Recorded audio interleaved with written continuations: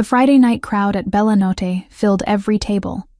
Conversations in Italian and English blended together, punctuated by the clink of wine glasses and the scrape of silverware against ceramic plates.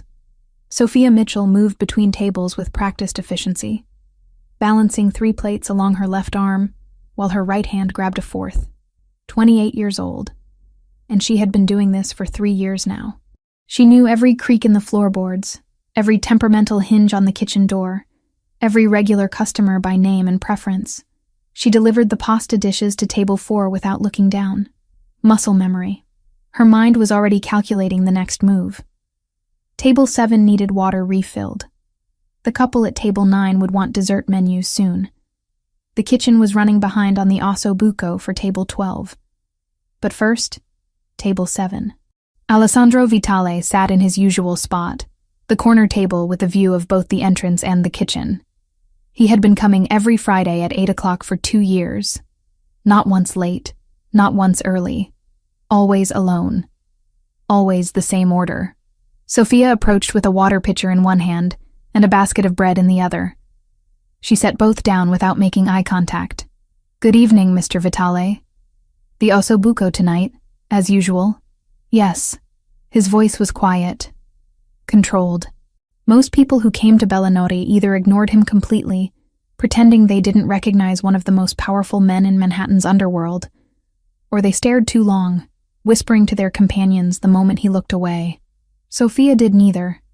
She treated him exactly like every other customer.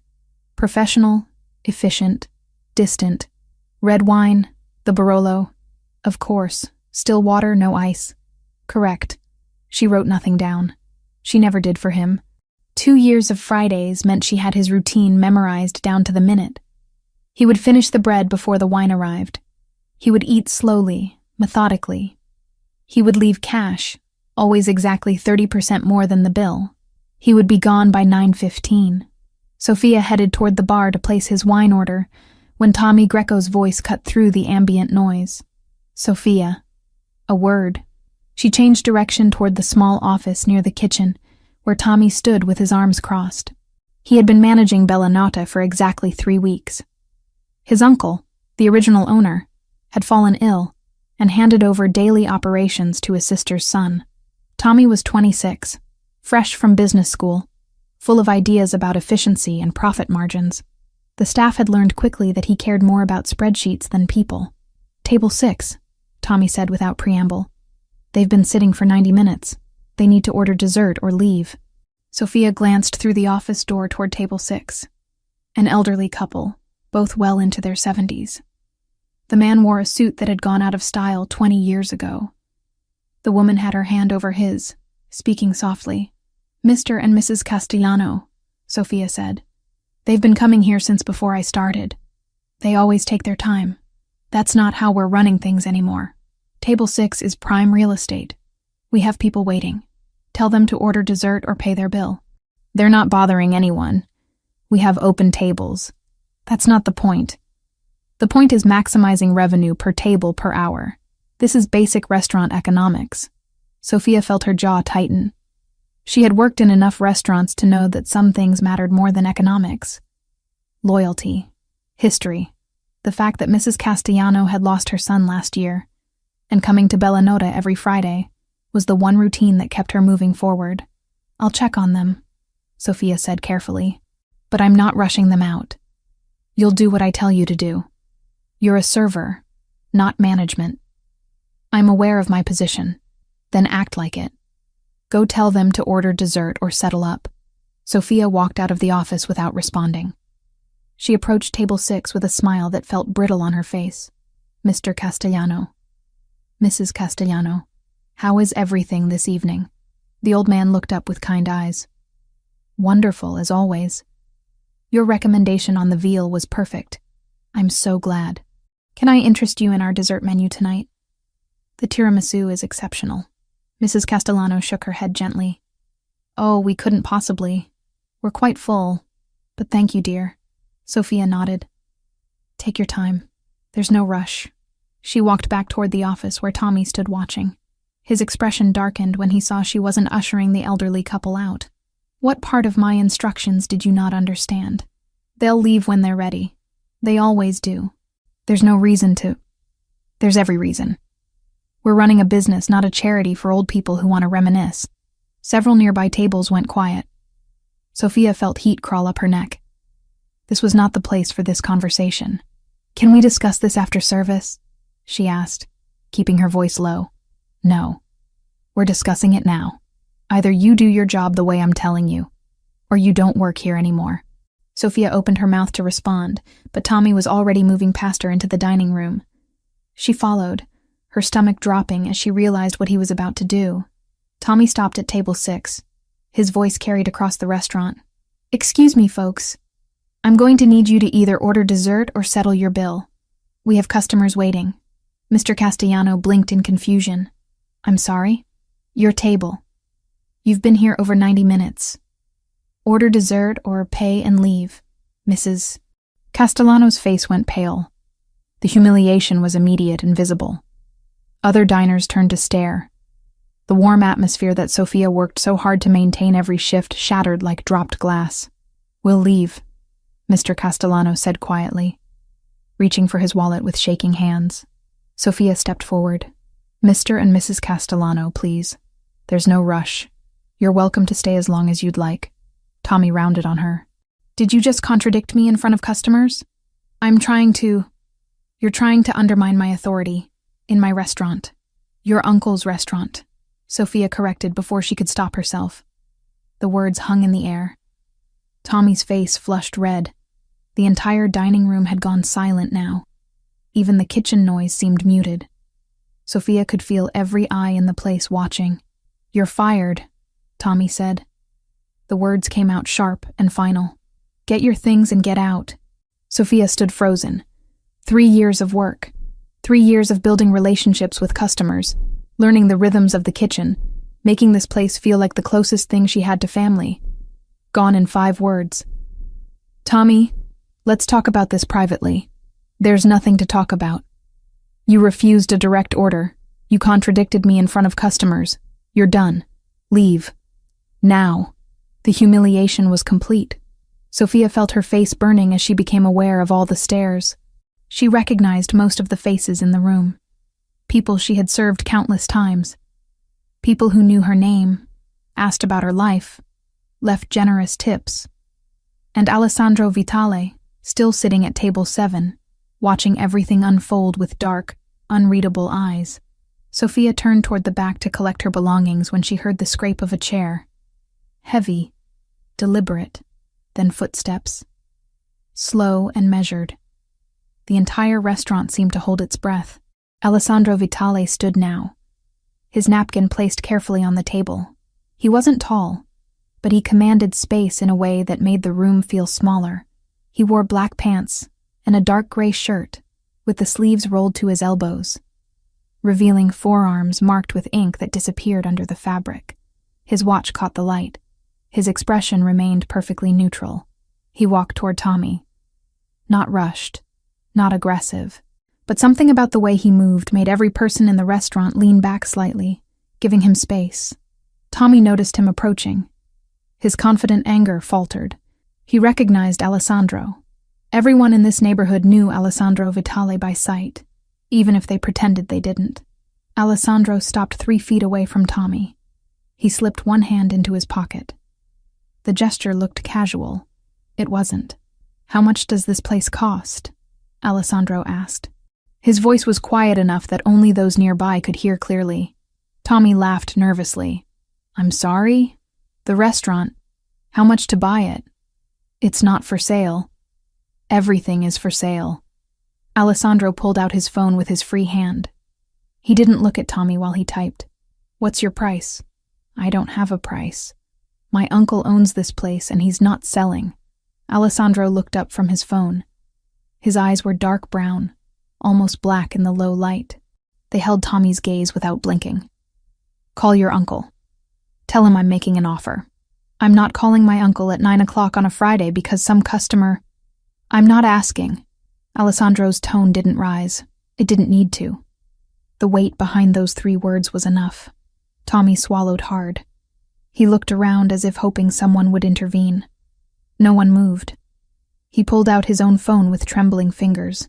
Sofia stood near the kitchen door, watching this unfold like it was happening to someone else. This couldn't be real. Alessandro Vitale wasn't actually trying to buy Bellanota because she got fired.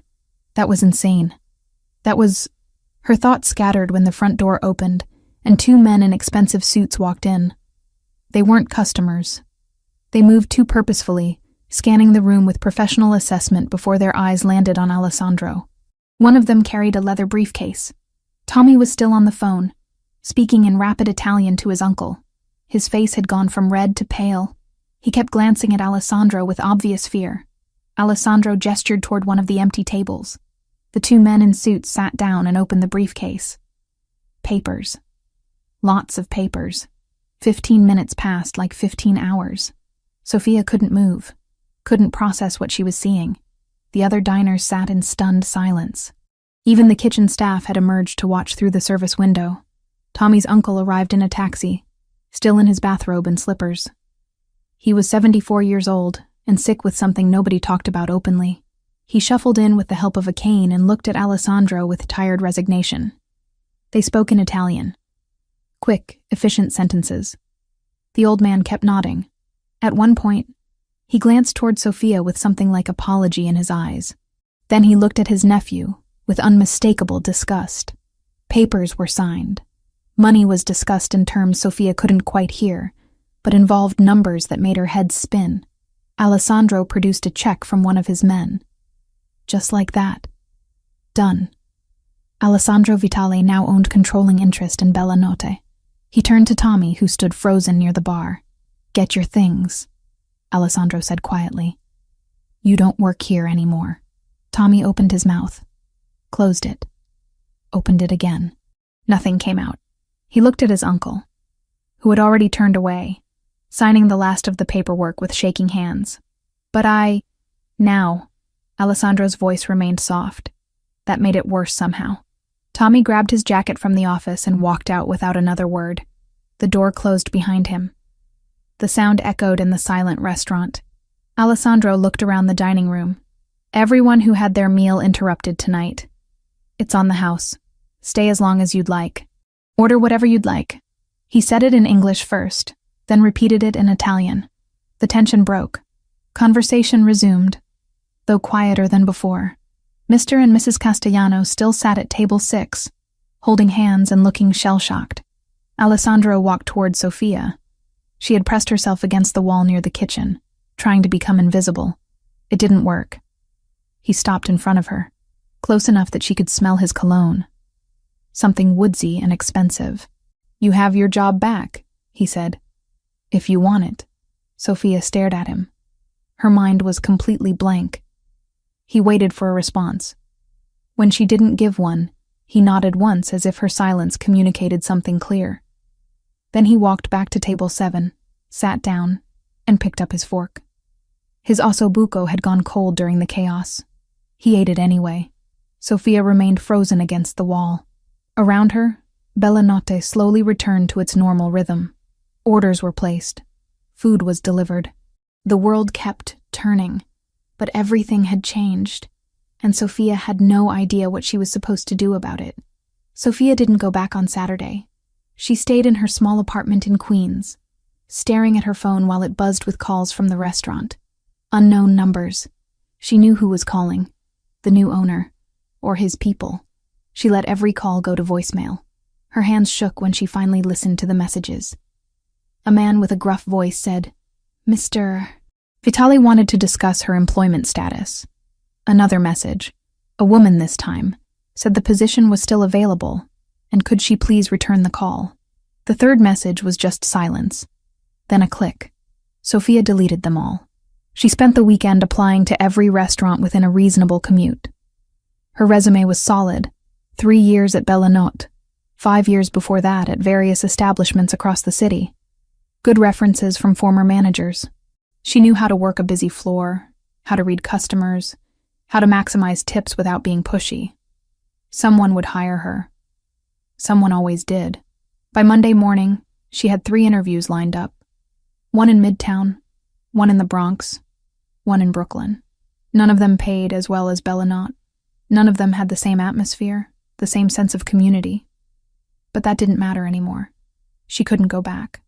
Not after what happened. Not after Alessandro Vitale bought an entire restaurant because she got fired. The thought made her nauseated. She knew who he was. Everyone in Manhattan who paid any attention knew who Alessandro Vitale was. She had spent 2 years serving him every Friday, keeping her distance, maintaining professional walls specifically because she understood the danger of getting too close to men like him. Men who solved problems with money and violence. Men who left destruction in their wake even when they thought they were helping. And now he had pulled her directly into his orbit. She was a problem he had solved. A situation he had handled. She hated it. Hated the feeling of being owned, even tangentially. Hated that she owed him something now, whether he demanded payment or not. Saturday bled into Sunday. Sunday into Monday. Sophia went to her first interview at a steakhouse in Midtown. The manager looked her up and down, asked why she left her last position. She lied smoothly, said she was looking for new challenges. He hired her on the spot, but the pay was 15% less than what she made at Bellanote, and the hours were terrible. Lunch shifts 6 days a week. She'd have to work twice as hard for less money. She took it anyway. She needed something. Anything. Alessandro showed up at Bellanote on Saturday morning. The place was closed for weekend brunch service, which Tommy had canceled weeks ago to save on staffing costs. Alessandro had called a meeting with his lawyers to finalize the paperwork. Transfer of ownership. Reorganization of management structure. Rehiring of staff that Tommy had let go. He sat in the empty dining room while 3 lawyers in expensive suits spread documents across table 7, his usual table. He signed where they told him to sign, approved budgets, made decisions about vendors and suppliers. But his mind kept drifting to the fact that Sophia Mitchell hadn't returned a single call. He shouldn't care. She was an employee, one of many. Her choice to come back or stay away should have been irrelevant to him, but it wasn't. It hadn't been irrelevant for a long time, though he had convinced himself otherwise every Friday for 2 years. When the lawyers finally packed up their briefcases and left, Alessandro sat alone in the quiet restaurant. Dust particles floated through the sunlight streaming in from the large windows. The place smelled like garlic and tomato sauce and history. His mother's restaurant had smelled the same way before Cosa Nostra Siciliana. The Sicilian Mafia took everything from them. Before she worked herself into an early grave trying to keep him fed and safe, he pulled out his phone and called Sophia again. It went straight to voicemail. He didn't leave a message this time. 3 days later, Alessandro was driving through the Bronx when he saw her. Pure chance. Or maybe not chance. He had been tracking her movements peripherally, making sure she got home safely each night, even though she didn't know it. Old habits. When you spent your life surrounded by enemies, you learned to keep track of the people you cared about. He slowed the car. She was walking out of a restaurant called Dominic's, shoulders slumped, face tired. An interview, judging by the way she checked her phone and frowned before putting it back in her purse. Alessandro pulled to the curb. He lowered the passenger window. Sophia. She jumped, startled. Then she saw who it was, and her expression closed down immediately. Walls up, defensive posture. She had been doing that around him for 2 years, and he had never pushed, never asked why. Now he wanted answers. Mr. Vitale. Get in. I'll give you a ride. No, thank you. I'm fine. It's starting to rain. It wasn't, but clouds were gathering overhead. Close enough. I said I'm fine. Alessandro put the car in park and got out. He stood on the sidewalk facing her. She took a step back instinctively. That small movement bothered him more than it should have. Why didn't you come back? He asked. I don't work for you. You did. You do. The position is still yours if you want it. Sophia laughed. It came out bitter and sharp. You can't just buy a restaurant because someone gets fired. That's insane. I can do whatever I want. That's exactly the problem. They stared at each other. A taxi honked as it passed. Somewhere nearby, a dog barked. The city moved around them while they stood locked in this strange confrontation. I know who you are, Sophia said finally. I've always known. That's why I kept my distance. Alessandro nodded slowly. I know you know. Then you understand why I can't go back. I don't want to be part of your world. I don't want to owe you anything. I don't want to be another problem you solved with money and power. Is that what you think this was? What else would it be? Alessandro considered his answer carefully. He could lie. Pretend it was just business. Pretend he bought the restaurant on impulse for reasons that had nothing to do with her. But he was tired of pretending. You were the only person in that building who treated me like a human being, he said. Not a monster, not a god. Just a man who wanted to eat his dinner in peace. For 2 years, every Friday, you gave me that. So when I saw you humiliated in front of everyone for doing the right thing, I handled it. Sophia's expression flickered. Something between understanding and fear. I don't need you to handle things for me. I know. That's one of the reasons I did it. That doesn't make sense. It doesn't have to make sense to you. It makes sense to me. Alessandro stepped closer. Not threatening. Just closing the distance slightly. Come back to work, Sophia. Same pay. Same shifts. Same job. The only difference is Tommy is gone, and you won't be harassed for doing things right. And what happens when you get bored of owning a restaurant? When you decide it's not worth your time anymore? I'm not going to get bored. How do you know? Because my mother owned a restaurant. It's the last connection I have to her. I'm not walking away from it. That stopped Sophia cold.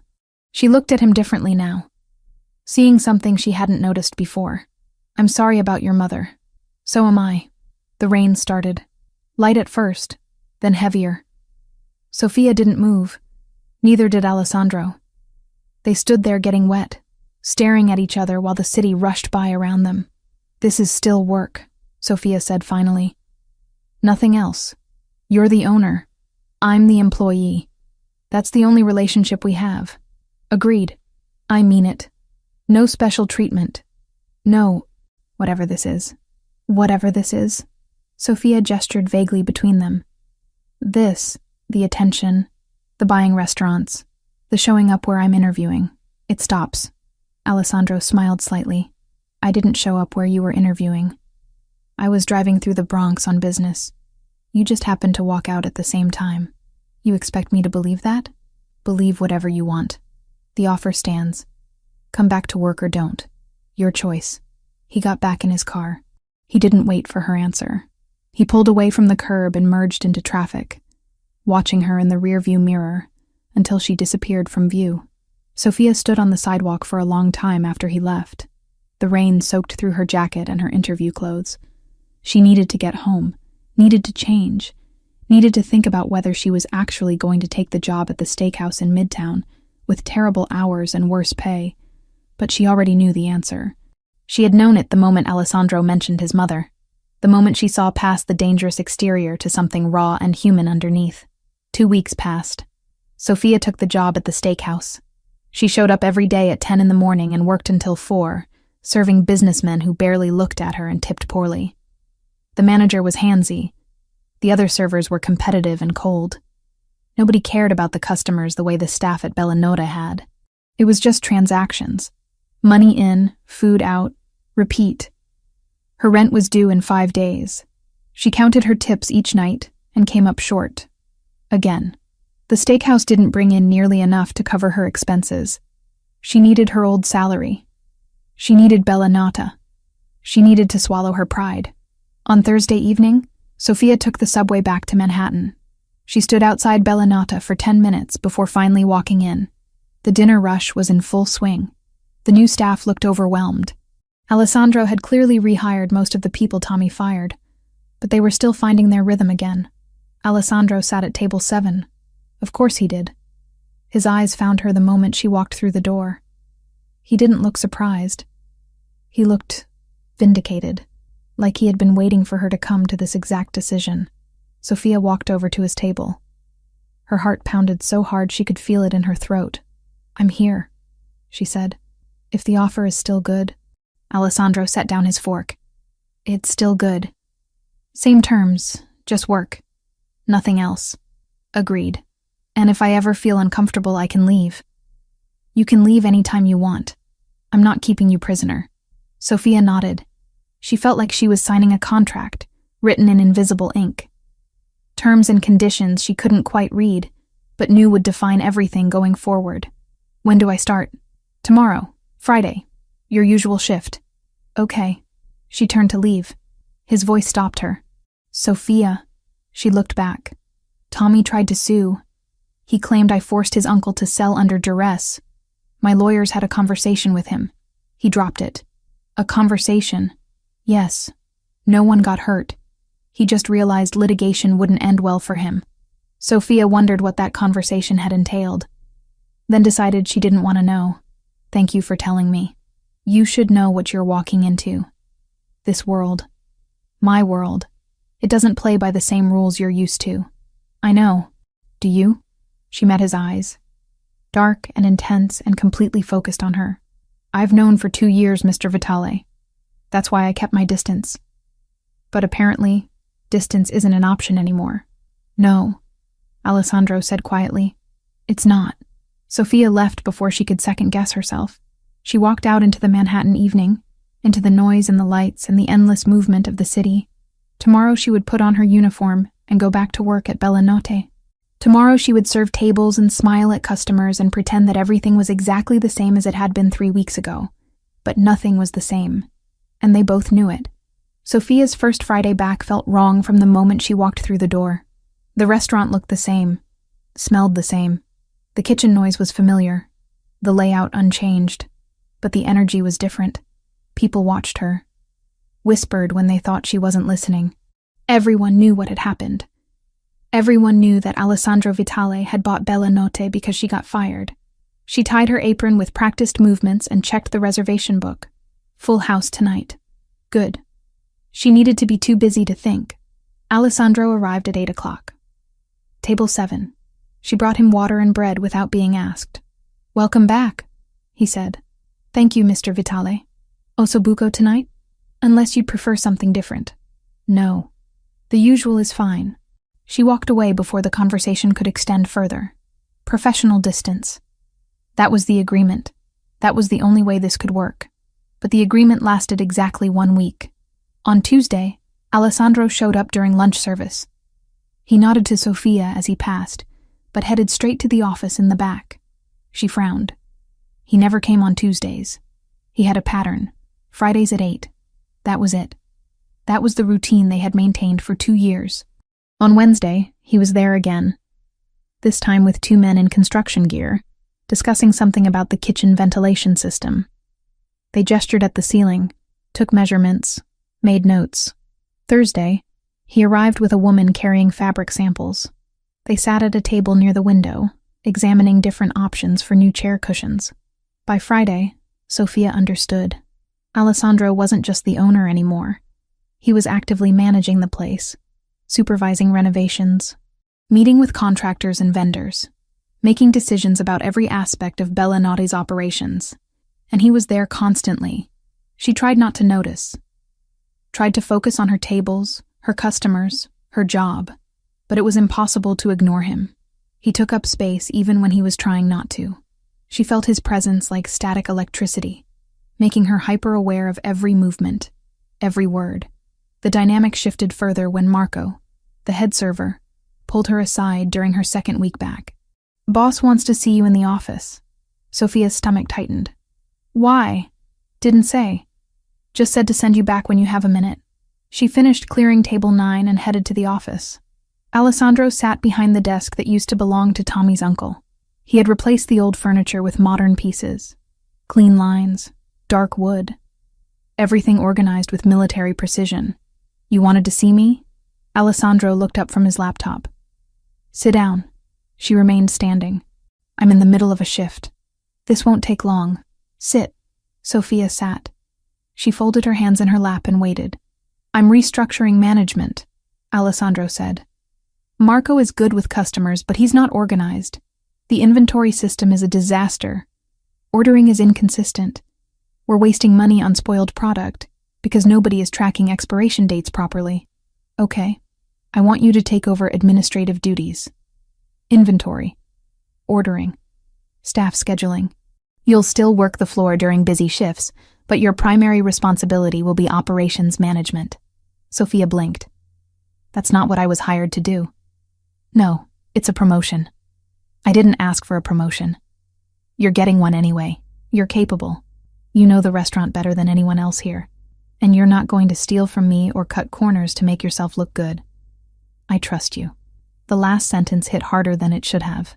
Trust. From a man who trusted almost no one. What's the pay? She asked.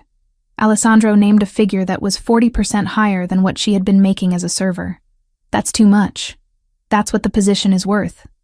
Take it, or I'll hire someone external who won't know the restaurant the way you do. Sophia studied his face.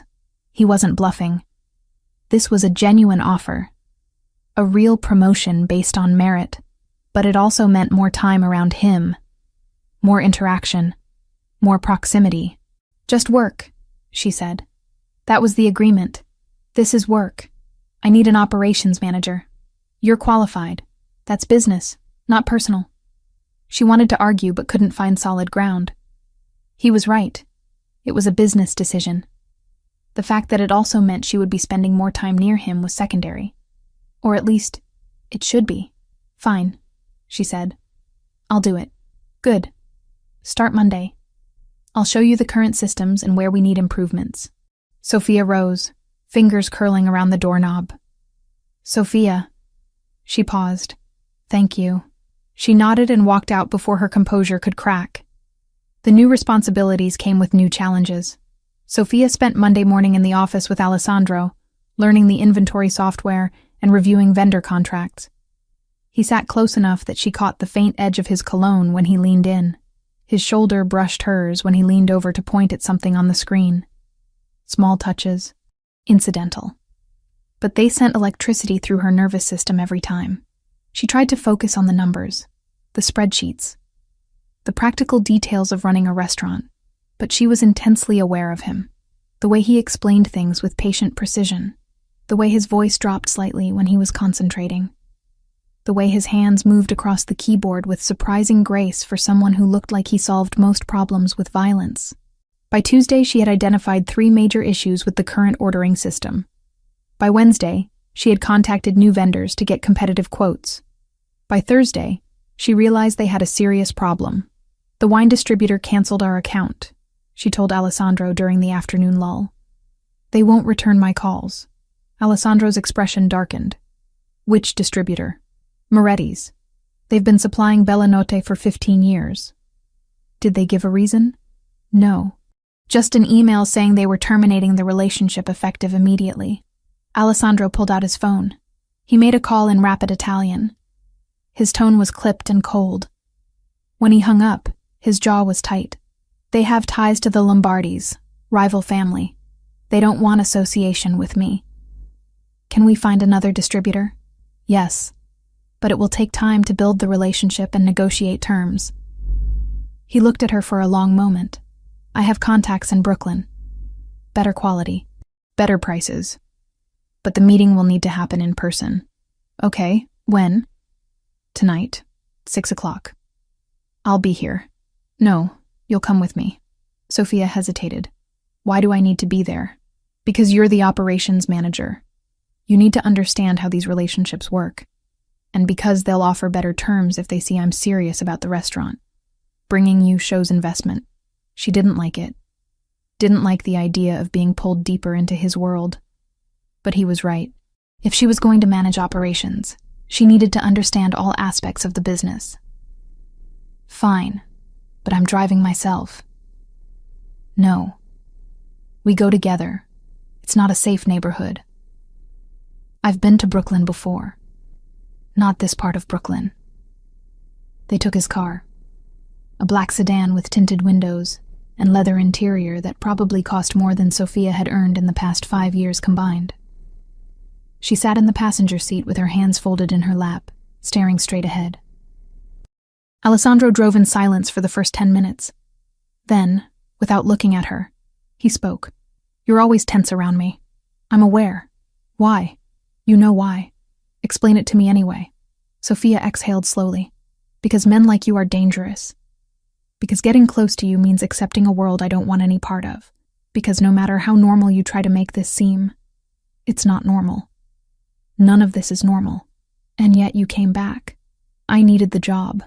You could have found another job. Not one that paid as well. So you're here for the money. I'm here because I'm practical. I know what my options are. I know what I can afford to turn down and what I can't. This falls into the second category. Alessandro's hands tightened on the steering wheel. You think very little of me. I don't know you well enough to think anything about you. You've known me for 2 years. I've served you dinner for 2 years. That's not the same as knowing you. He went quiet after that. Sophia stared out the window, watching Brooklyn pass by in a blur of brownstones and graffiti and corner stores. The neighborhood changed gradually. Nicer buildings gave way to rougher blocks. More security bars on windows. More people lingering on corners with watchful eyes. Alessandro pulled up to a building that looked like a social club from the outside. Unmarked door. No sign. Just an address number barely visible in the fading light. He parked and turned to her. When we go inside, let me do the talking. If they ask you direct questions, answer honestly but briefly. Don't volunteer information. Don't stare at anything too long. Just follow my lead. You're scaring me. Good. Fear keeps you alert. Alert keeps you safe. They walked inside together. The interior was dimly lit and smelled like cigars and expensive whiskey. Men in expensive suits sat at small tables playing cards. A long bar stretched along one wall. Everyone looked up when Alessandro entered. Some nodded. Others looked away quickly. A man in his 60s approached them, well-dressed, silver hair, warm smile that didn't quite reach his eyes. Alessandro, good to see you. Vincent, thank you for meeting on short notice. Of course, anything for Vitale family. His eyes shifted to Sophia. And who is this? Sophia Mitchell. She manages operations at Bella Nota. She'll be handling our account moving forward. Vincent extended his hand. Sophia shook it. His grip was firm, but not aggressive. Welcome, Miss Mitchell. Please, sit. We'll discuss business over drinks. They sat at a table in the corner. Vincent ordered wine. The good stuff. The kind that came without a price tag because if you had to ask, you couldn't afford it. Alessandro explained what they needed. Consistent supply, quality products, competitive pricing. Vincent listened with the patience of someone who had heard 1,000 similar requests. But when Alessandro mentioned specific wines, specific vintages, Vincent's expression changed. Interest sparked. You know your wines. My mother taught me. She believed good food deserved good wine. Smart woman. She was. They talked for 40 minutes. Sophia mostly listened, occasionally answering questions about volume and delivery schedules. But she watched how men approached Alessandro with deference, how his posture never fully relaxed, how his eyes tracked every person who moved through the room. This was his world. Power and respect built on foundations she couldn't see but could feel. Violence lurking under every polite conversation. Danger wrapped in expensive suits and good manners. Vincent offered terms that were significantly better than what Moretti's had been providing. 30% better. Sophia knew enough about restaurant operations to recognize the discount for what it was. Favor trading, relationship building, currency that had nothing to do with money. We have a deal, Alessandro said, shaking Vincent's hand. Pleasure doing business with you. And Miss Mitchell, if you need anything, you call me directly. Alessandro's people are my people. They left 20 minutes later. Sophia waited until they were back in the car before speaking. Those prices are too good. What does he want in return? Goodwill. Association with my organization. Future favors that may or may not ever be called in. That's not how normal business works. I never claimed this was normal business. Sophia leaned her head against the seat. She felt exhausted. Drained. Like she had just run a marathon in heels. You were right, she said quietly. I wouldn't have gotten those prices on my own. No, you wouldn't have. So I guess I should thank you. You don't have to thank me. You're working for me. I'm giving you the resources to do your job properly. That's how this is supposed to work. They drove back to Manhattan in silence. Sophia processed everything she had seen. Everything she now understood about the world Alessandro operated in. It was exactly as dangerous as she had feared. maybe more so, but it was also effective. Efficient. Built on relationships and loyalty in ways that conventional business never could be. When they pulled up outside Bella Notte, Sofia reached for the door handle. "Wait," Alessandro said. She turned. "You did well tonight. You didn't panic. You didn't ask stupid questions.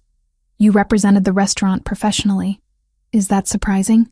"No, but I wanted you to know I noticed." Sofia nodded. She got out of the car and walked toward the restaurant. Her shift was over, but she had left her bag inside. She needed to grab it before heading home. The dinner rush was winding down. Only a few tables remained occupied. Marco was handling them easily. Sofia grabbed her things from the office and was heading toward the exit when she heard shouting from the kitchen. She pushed through the swinging door to find Chef Antonio and his sous chef screaming at each other in Italian. Pans clattered. Someone slammed a knife down on the cutting board. "What's going on?" Sofia demanded. "He's quitting." Antonio gestured wildly at the sous chef. "Middle of service, coward!" The sous chef ripped off his apron and threw it on the floor. "I'm done working for a psycho. Find someone else." He stormed out through the back door. The kitchen went silent. 3 line cooks stared at Sofia with wide eyes. 2 tables still needed entrees. Dessert orders were coming in. Antonio looked at her with desperation. "I can't do this alone. Not tonight." Sofia had worked in kitchens before. Years ago, when she first moved to New York. She knew her way around a stove. "Show me what needs to be done."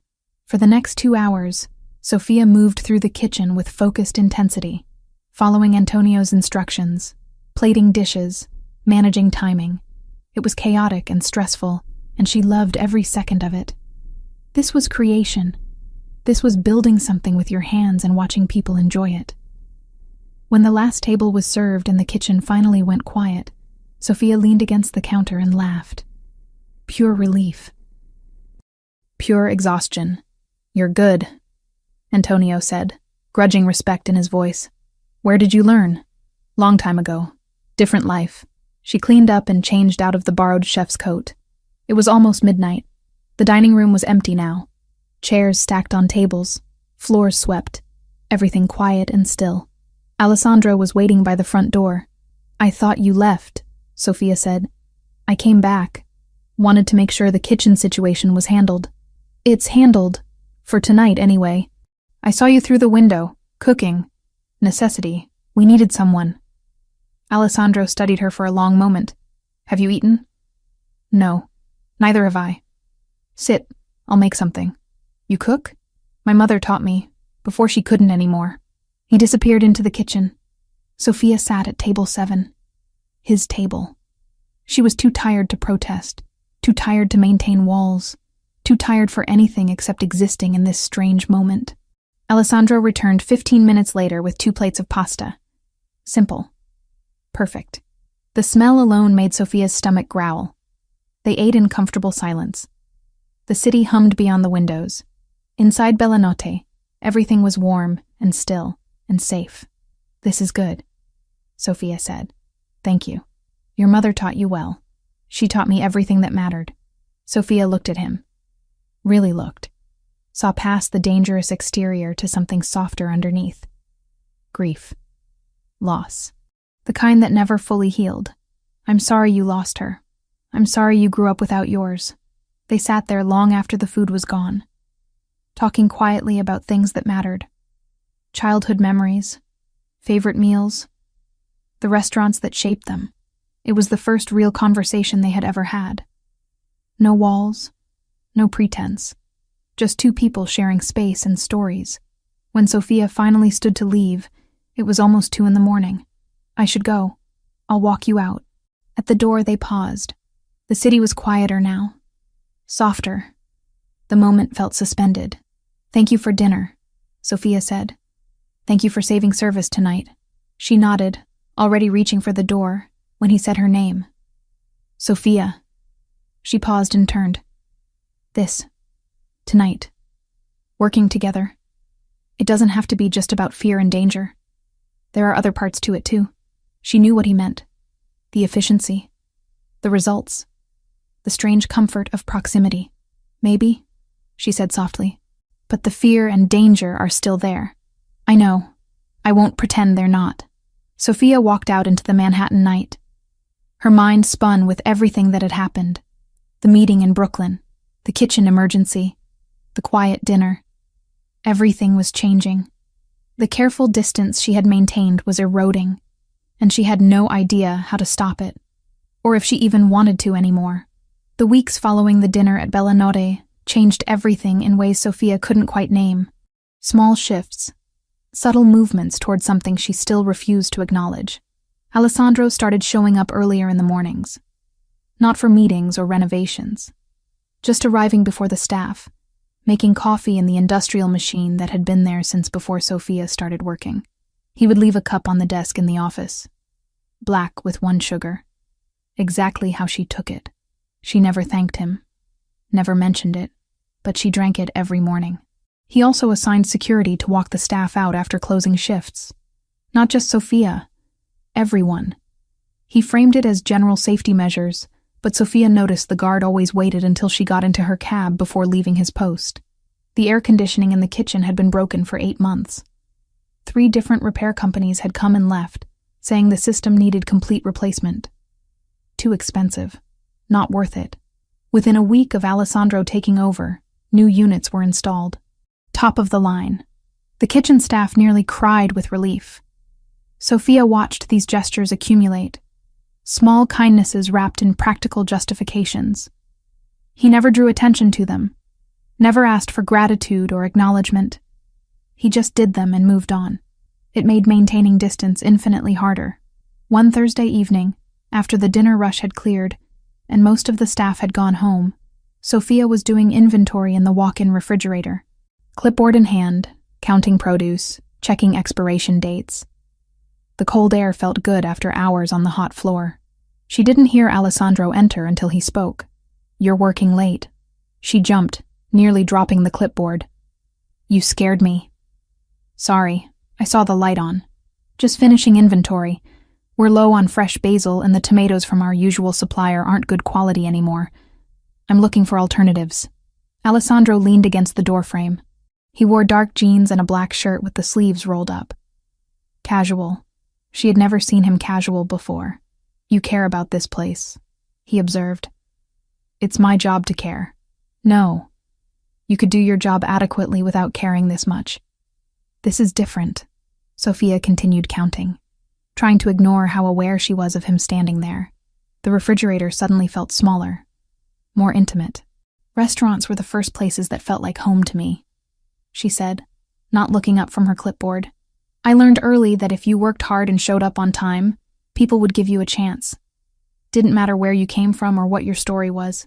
Just mattered that you did the work. Where did you come from?" She hesitated. This was personal. Too personal. But something about the late hour and the cold air, and the fact that he had shared pieces of his own story made her answer. "Foster care.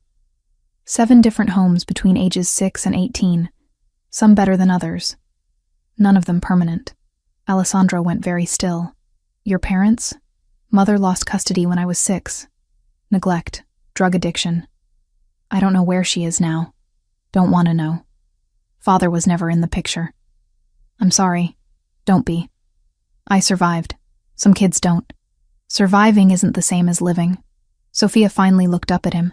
His expression was open, genuinely concerned. No pity, just understanding.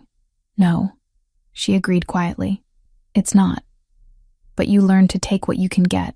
Alessandro pushed off the doorframe and walked into the refrigerator. The temperature dropped further when the door closed behind him. He stood close enough that Sophia could see the details she usually missed. A small scar above his left eyebrow. Flecks of gold in his dark brown eyes. The way his jaw tightened when he was thinking. "My mother had a restaurant," he said. "Nothing fancy. Small place in Little Italy. She made everything from scratch. Spent 16 hours a day in that kitchen. What happened to it? My father was killed when I was 12. Cosa Nostra Siciliana. The Sicilian Mafia. Wrong place, wrong time. Caught in crossfire meant for someone else. After he died, my mother tried to keep the restaurant going, but the Sicilians wanted protection money she couldn't afford. They burned the place down when she refused to pay. Sophia's chest tightened. That's horrible. She worked 3 jobs after that, cleaning offices, washing dishes, taking any work she could find to keep me fed and in school. Worked herself to death, literally. Heart attack at 46 from exhaustion and stress. Alessandro, I was 19. Had just joined Vitale organization. Low level, running errands, learning the business. When she died, I promised myself I would never be powerless again. Never let anyone take what was mine. Never fail to protect the people I cared about. He looked directly at her. The intensity in his gaze made her breath catch. That's why I bought Bella Notte, not just because of what happened to you. Because this place reminds me of her restaurant. The smell, the sounds, the way the kitchen feels alive during service. Being here makes me feel connected to her again. Sophia set down the clipboard. I didn't know. I don't tell many people. But you should understand why this matters to me. Why I'm not walking away from it. They stood in the cold refrigerator, sharing space and stories and a silence that felt heavier than any conversation. Sophia realized she was shivering. Not from the temperature. From proximity. From the way Alessandro was looking at her like she was something precious that might break. You're cold, he said. I'm fine. You're shaking. It's a refrigerator. That's what happens. He smiled slightly. Come on, let's get out of here before we both freeze. They walked back into the kitchen. The warmth hit Sophia's skin like a physical force. She rubbed her arms, trying to restore circulation. Alessandro watched her. Coffee? It's almost 11. So? I won't sleep. Neither will I. Keep me company anyway. Sophia should have said no, should have grabbed her things and gone home. But she didn't want to. For the first time in 2 years, she wanted to stay in his presence, wanted to keep talking, wanted to see what else lived beneath the surface of Alessandro Vitale. They sat in the empty dining room. Alessandro made espresso using the machine behind the bar. He brought 2 small cups and sat across from her at table 7. Tell me about the foster homes, he said. Which one was worst? The third one. Father was angry. Mother pretended not to notice. I lasted 4 months before they sent me back. And the best? The last one. Mrs. Huang. She was older. Widowed. Took in foster kids because her own children had grown and moved away. She taught me to cook. Basic stuff. How to make fried rice. How to time vegetables so they stayed crisp. She's the reason I wanted to work in restaurants. Do you still talk to her? She died 6 years ago. But I visit her grave on her birthday. Bring flowers. Tell her about my life. Alessandro's expression softened. She would be proud of how far you've come. I hope so. They drank their espresso in comfortable silence. Outside, Manhattan moved through its late-night rhythms. Taxis honked. Sirens wailed in the distance. The city never slept. Never stopped. What about you? Sophia asked. After your mother died, how did you survive that?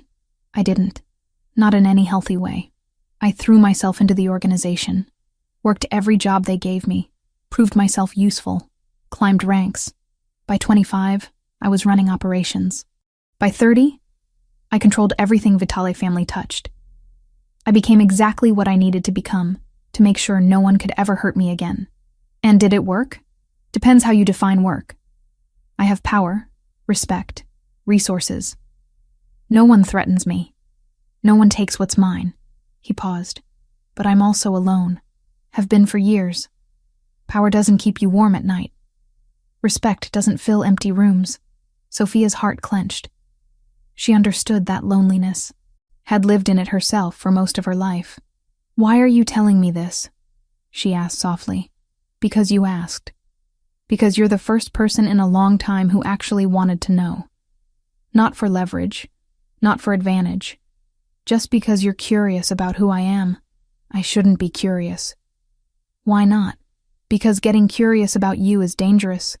Getting close to you is dangerous. Everything about this is dangerous. And yet you're still here. Sophia had no answer for that. She was still here. Had been coming back every day for weeks now. Working beside him. Learning his rhythms. Noticing small details. The way he ran his hand through his hair when he was frustrated. The way his voice dropped when he was tired. The way he looked at her when he thought she wasn't watching. She was noticing too much. Feeling too much. The espresso cup sat empty between them. The restaurant was completely silent now. Just the two of them in this bubble of artificial light, while the city sprawled dark and endless beyond the windows. Alessandro stood. "I should let you get home." Sophia stood too. They walked toward the front door together.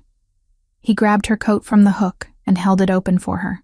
She slipped her arms through the sleeves, acutely aware of his hands near her shoulders. His breath against her hair. At the door, they paused. The moment stretched, extended. Neither of them moved to break it. "Thank you for telling me about your mother," Sophia said. "Thank you for listening." "Alessandro?" "Yes?" She turned to face him fully. They stood so close. Too close. She could feel the heat radiating from his body, and his cologne, clean and sharp, cut through the coffee and kitchen scents. "This can't become something." "I know. I mean it. We work together. You own the restaurant. I'm your employee. There are boundaries." "I agree." "Then why are you looking at me like that?" His eyes searched her face. "Like what? Like you want to cross every boundary we just talked about." Alessandro didn't deny it. Didn't step back. He raised one hand slowly, giving her time to move away. She didn't. His fingers brushed her cheek. Gentle. Tentative. Like he was touching something infinitely fragile. "I've wanted to cross those boundaries since the day you first served me dinner," he said quietly. "For 2 years, I sat at that table watching you move through this restaurant like you owned it. Efficient, competent, kind to everyone. You never looked at me with fear or calculation, just professional courtesy. Do you know how rare that is in my world? Alessandro, you were the only person who made me feel normal. Human. Not a monster or a god. Just a man who wanted a good meal and a moment of peace. So yes, I want to cross boundaries. I have for a long time." Sophia's breath came faster. Her pulse hammered in her throat. She should step back, should leave, should maintain the professional distance that kept her safe. But she didn't want to be safe anymore. She leaned forward, just an inch, just enough to close part of the space between them. Alessandro's hand moved from her cheek to the back of her neck. Warm. Sure. He leaned down until their faces were inches apart. "Tell me to stop," he whispered. "I should." But are you going to?" Sophia's mind screamed yes. Her body said no. She stood frozen between two impossible choices: safety or truth, distance or connection. Alessandro waited, patient, giving her control, giving her choice. She closed her eyes. "If we do this, everything changes. I know. There's no going back. I don't want to go back." Sophia opened her eyes, looked directly into his, saw her own fear reflected there, her own want. She started to lean forward, started to close that final distance. Their mouths were a breath apart when reality crashed back. She pulled away. "I can't." Alessandro's hand dropped from her neck. He stepped back, giving her space. His expression was controlled, but she could see the strain in it. The effort it took to respect her choice. "I'm sorry," Sophia whispered. "Don't be. You're right. This is complicated. Dangerous. All the things you said. Then why did you—" "Because I'm tired of pretending I don't feel what I feel. Tired of sitting at that table every week wanting more than just dinner. But wanting and having are different things. I understand that." Sophia wrapped her arms around herself. "I need to go." "Okay." She walked out into the cold Manhattan night, walked until her breathing evened out, until her pulse slowed, until the ghost of his touch faded from her skin. But even after she got home and lay in bed staring at the ceiling, she could still feel it. The almost kiss. The moment when everything nearly changed. Alessandro stayed in the restaurant long after she left. He sat at table 7 in the dark, staring at nothing, thinking about choices and consequences, about walls and what it meant to tear them down. He had meant what he said. He had crossed that line in his head a long time ago. Now Sophia knew it too. The secret was out. The want was acknowledged, and nothing would ever be the same between them again. The text message came on Tuesday afternoon, while Sophia was reviewing supplier invoices in the office. Unknown number. She almost deleted it without reading, but something made her open it. We know you work closely with Vitale. We can make it worth your time to share information. Check your locker. Sophia's blood went cold. She stared at the screen, reading the message 3 times. Her locker. How did anyone know she had a staff locker? How did they get her number? She stood quickly, chair scraping against the floor. The staff area was empty this time of day. Most people didn't arrive until 4 for dinner prep. Sophia's locker was second from the left, combination lock that had been sticky for months. She opened it with shaking hands. Inside, tucked between her spare uniform and her sneakers, was an envelope. Thick, heavy. She pulled it out and felt the contents. Cash. A lot of cash. Sophia's hands trembled as she opened it. 50 $100 bills. $5,000. More money than she made in 2 months. A note was paperclipped to the bills. Down payment. Call this number when you're ready to talk. We just want schedules. Meeting times. Who he sees. Basic information. Easy money. No signature. Just a phone number written in neat block letters. Sophia felt sick. She shoved the envelope back in her locker and locked it. Her mind raced.